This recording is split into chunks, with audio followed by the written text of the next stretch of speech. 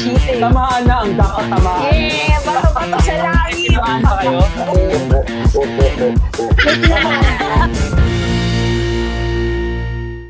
Hi guys! Welcome to another episode of Triggered! And nandito pa rin kami sa Room 16, Hidden Bar dito sa Capitolio, Pasig, dito sa likod ng Tito's Latin and Brew, sa likod ng vending machine. So kung makita niyo yung vending machine, pasok lang kayo, may bar doon bigla. Ako nga pala si Sean Lucas. Hey, Ashley.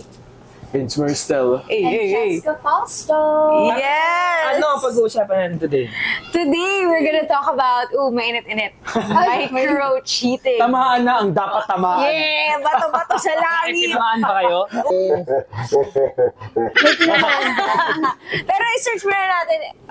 Sir. Ayan. Okay. Ano ba ibig Ano sabihin ba ang ng micro-cheating? micro-cheating? So, kailangan mo natin ma-define. So, micro-cheating refers to subtle behaviors or actions that may indicate emotional or physical infidelity in a relationship. Okay. Okay. Kaya ba, wala na gets. upon hearing pa lang yung micro-cheating, meron na ba kayong mga naaalala na? Moments. Or paano niyo ba i-define ang micro-cheating? In your own words. Parang meron, oo. So ano? May, ito yung mga little things that you do, in my own words, no?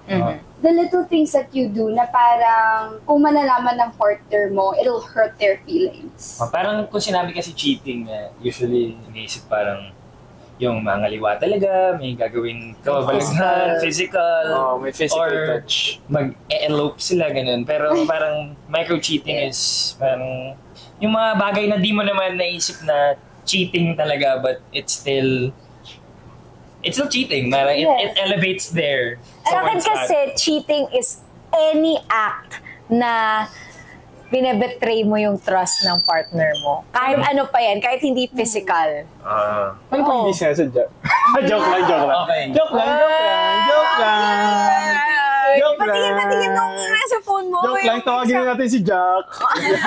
At saka si Emma. Okay. Halimbawa, for example, lack of trust. Nagkaroon na ba kayo ng experience na parang hindi kayo pinagkakatiwalaan ng partner ninyo or kayo yung hindi nagtiwala sa partner ninyo? Oo naman. Yes. Ang dali lang! Pero, kinoconsider nyo ba yun na micro-cheating? So nag-cheating sa part ng bibintang? Ganun ba I yun? guess, yeah. Kasi di ka niya trust? Is that it? Jealousy, mga ganun. I don't really think it's like cheating. It's more of like may problem lang talaga siya. Like red Parang flag. possessive lang. Oo, yung parang ganon. Kasi feel ko yung mga lack of trust, it stems with like too possessive. Yung possessiveness ng isang partner mo na sobra kanyang gusto, sobra kanya ano-ano na iniisip niya, nag-overthink na siya. So feel ko ganon yun. But it's not more of na ginawa niya yun because may gusto siyang iba or ganyan. So feeling mo, for you, it's not cheating? For me, it's not cheating. Pero ako din naman. Feeling ko parang... Ito may tanong ako. Paano if kunwari, sabihin natin may nakilala ka, bago to na Okay. friend. Na friend. Wait, may partner ka. May partner ka. Tapos meron ka nakilalang Tapos hindi bagong friend. hindi rin kilala nung girl. Yung sige. bago mong friend. Okay. Pero nagalit siya kasi maganda. Pero ano bang ginawa mo? Nagkakilala kayo? Bakit nagalit? Pinalo mo ba? Nilike mo Hindi, ba? paano yung pag ganun lang? photos? Minessage mo ba? O like, was there any... Nag-followan lang kami. Ganun. Tapos minessage mo? Nagpalawan na Minessage kayo. mo lang. Wait lang daw sila. Akala ko ba kaibigan mo? What if? O di ba pag nakilala mo, syempre follow mo naman talaga, di Hindi, ba? minessage mo ba? Yung girl. Sinalo ko nga lang. Bakit ako So, hindi mo minessage. So, hindi mo minessage. Hindi ko nga message. Pinalo mo lang. Kasi Oo, maganda. sinalo ko lang. Ba't ka tanong ng tanong? So, ba't mo siya pinalo in the first place? Kasi nga nagkakilala kami. Tapos, so you're saying na ina-accuse ka ng partner mo na micro-cheating yon. Oo. So, tinatanong mo kami kung micro-cheating Oo. Sabi mo yun. yung babae na yun is maganda. Kaya ba Kasi ibang tanong na tayo, Priya. Ang dami pwedeng i-branch off dyan. Like, ano? kapag ba may partner ka na, hindi ka na ba pwede magandahan sa Iba. ibang tao? Hindi ka na ba pwede magwapuan sa ibang Pwede. tao? pwede. Iba kasi yung may potential. Iba kasi yung parang, let's say, si Sean, pogi, gwapo. So wala akong potential. Potential naman. Iba kasi yung may potential. So si Sean, so wala akong potential. Potential na maging ka-partner. Yung parang vibe kayo na together. Oo. Pwede mo naman sabi, ay, ito, si ganito, pogi. Oo, okay. Pero like, sa inyo, like, ang pag-follow ba ng someone is, ano ba siya? Like, normal lang for you? Like, for girls? Depends. Kapag sino yung someone na yun. Kapag yung someone has a potential na to be. So, paano mo nasabi na potential na magiging sila? Kasi sinabi, let's say, like, maganda, ganon, type niya, or ganito, ganyan. Nakwento niya sa mga friends niya na, ay, type ko to si ganito, ganyan, maganda siya, nakita ko siya, ganyan, maganda siya. So, yeah. Ako siguro depende yun dun sa, exactly, yung intention ng tao. Like, ikaw, halimbawa, kung kunwari, kunwari,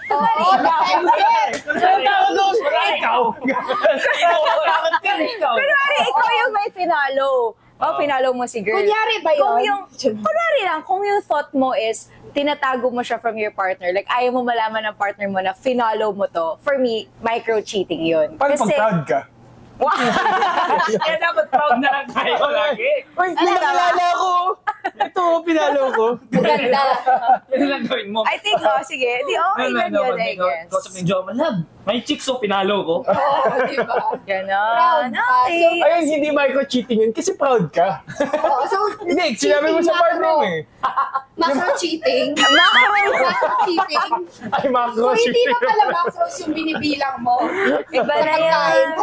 Pero sa'yo, Tol, pag may nakilala ka, tapos finalo mo, parang normal lang yan. Normal lang sa akin yun. Aaron naman, kung yung tipong, nag-story, gano'n, tapos, ano IG mo? Parang, okay. Follow But in ba? the first place, why would you be that interested to... Di naman interested, Di naman I guess. interested. Pinalo. Kasi ako, okay. Oh, diba? Medyo ano din naman kasi yun. Like, medyo parang, syempre, kung kikilalanin mo yung isang tao, tapos medyo okay yung usapan nyo, syempre, Kung natipuhan mo siya gano'n. hindi naman. Nag-vibe lang kayo. Paano kung tungkol sa business, di ba? Pagkakataan mo si Losa itong kaibigan Kaya nga wait lang. Sige, since nandun na tayo sa social media, yung pag-like ng mga pictures ng ibang girls, for example, sa inyo ba, big deal ba yun sa inyo?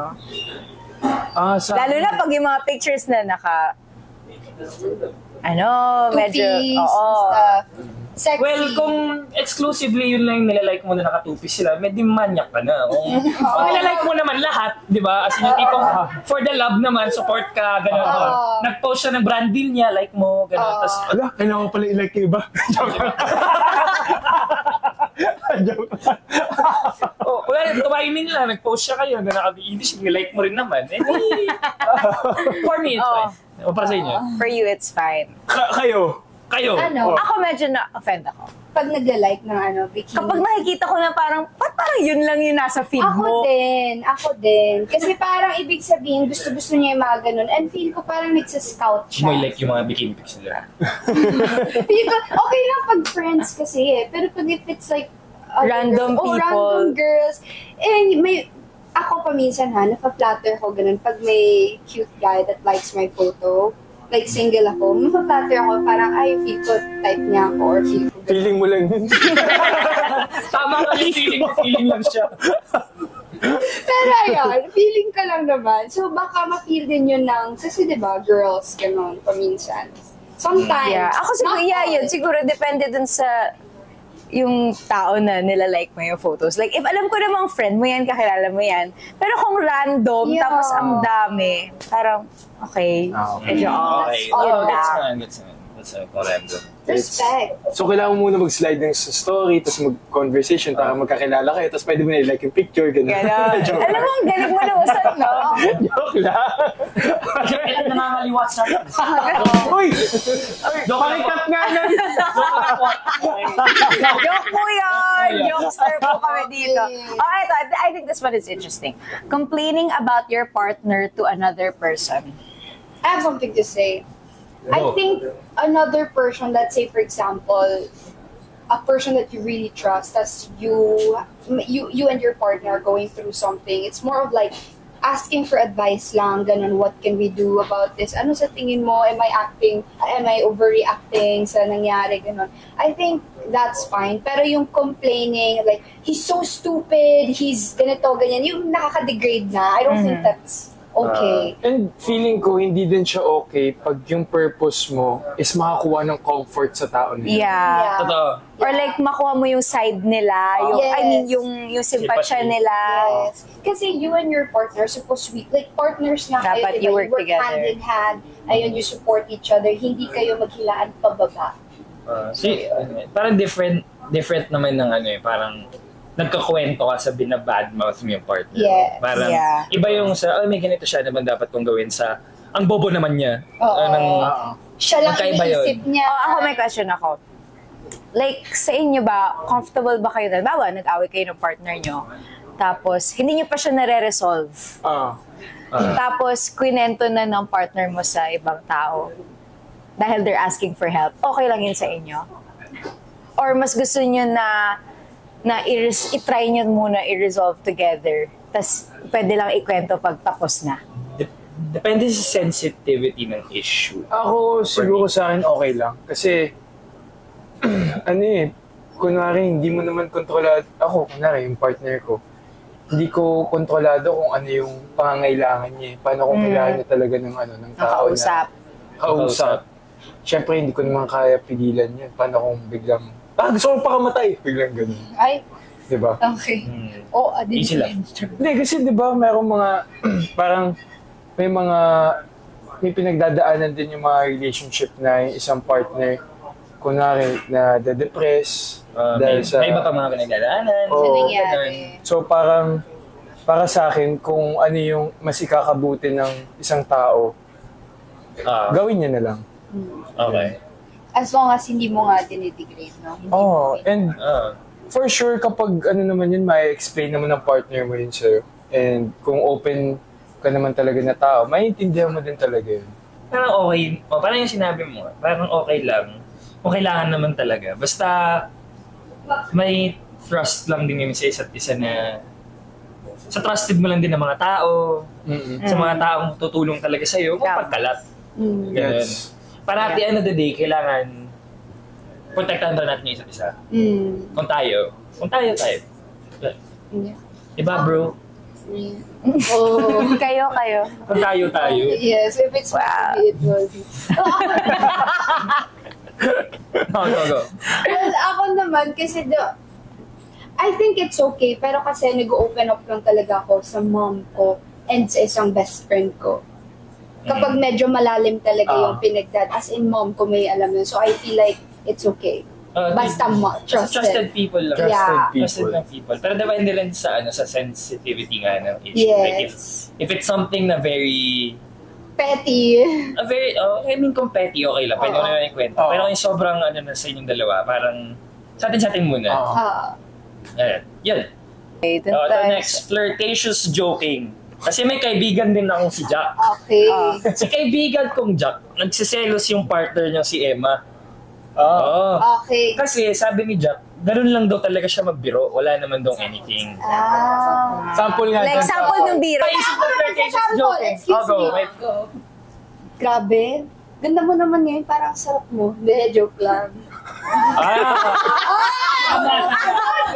Wait lang.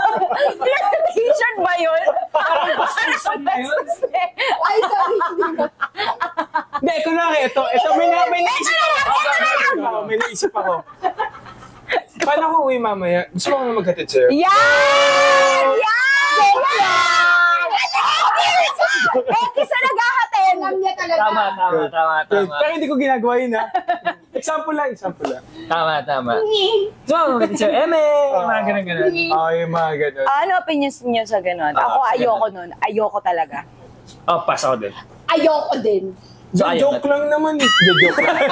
Hindi, ayoko din nun. Meron ako mga nakikita ng mga wait jack lang. sa paligid na yung alam ko na, kasi kahit ako, meron akong kakilala, tapos alam ko na meron siyang boyfriend or girlfriend. Tapos nakikita ko na na nakikipag-joke siya ng medyo flirtatious, ako yung naawa dun sa partner nila. So, nai-imagine ko din na kung ako naman yung partner, tapos yung boyfriend ko ay may ka-flirt na iba, tapos nakikita na ibang tao, naawa sila sa akin, di ba? Ayoko nang ganun. Ayoko na kinakaawaan ako. Yes. Yes. Because it hurts. Yeah. Anyways. Okay. Di ba? Oh, next. Let's move Ano forward. dyan yung gusto nyo? Eto, ay tingin nyo. Wait lang. Minention mo yung paghatid-hatid. Trigger ako. Ayoko ng ganun. Stalking your crush online. May partner ka na, pero may gusto ka sa isang Or nagsustalk ka ng mga girls. nagagandahan ka. Ay, my Bakit puro God! nagagandahan? Di ba pwede may nagsustok ng mga nagwagapuhan? Ay, ako, hindi ko ginagawa yun. Bakit ba kami parati yung ulam? Hindi ko ginagawa yun. Tapos tinatanggal pa sa history. Ay, nako! Talaga. May kaibigan ako si Jack. Pagtingin ko din sa search, taray na Ay, search wait lang, may kaibigan din ako si Jack. Wait lang, kwento ko lang. Wala. Jack! Okay. Nasaan ka man? Uy, may kaibigan na ako. Oo, Kasi walang ako, personalan. Walang personalan tayo dito. Lahat. defensive. Okay, go. Kasi may friend ako si Emma, syempre may partner siya, ganun. Tapos nahuli niya yung partner niya, kasi may parang kwento sa kanya yung partner niya, ganun, na parang, ay, oo, parang nakita ko to, parang she's pretty, ganun. Tapos, parang, syempre si Emma din, syempre nainggit din yun, kasi syempre may feeling siya dun kay Jack, di ba? and then, Oo, di ba? Tapos biglang nahuli niya na eto palang partner niya na si Jack, finalo, like nandun sa search, nakita niya lang na sinerch ni Jack na yung name, gano'n. After telling na wala lang, trip, crush, ay parang nagandahan lang siya. Tapos yun pala, finalo niya, tapos nagda-like na siya ng photos. Tapos worse, diba, nag-message pa, gano'n. sa akin, micro-cheating yun basta. Kahit i-search mo lang, ayoko doon. Diba? Tama. Tama. Kasi bakit mo isa-search? For what? Para saan? Diba? Para saan? Di ba? Tama. Oo. Tama. Sorry, si ate mo girl may crush ng K-pop idol. Yun yung wallpaper niya, yun yung post sa lahat.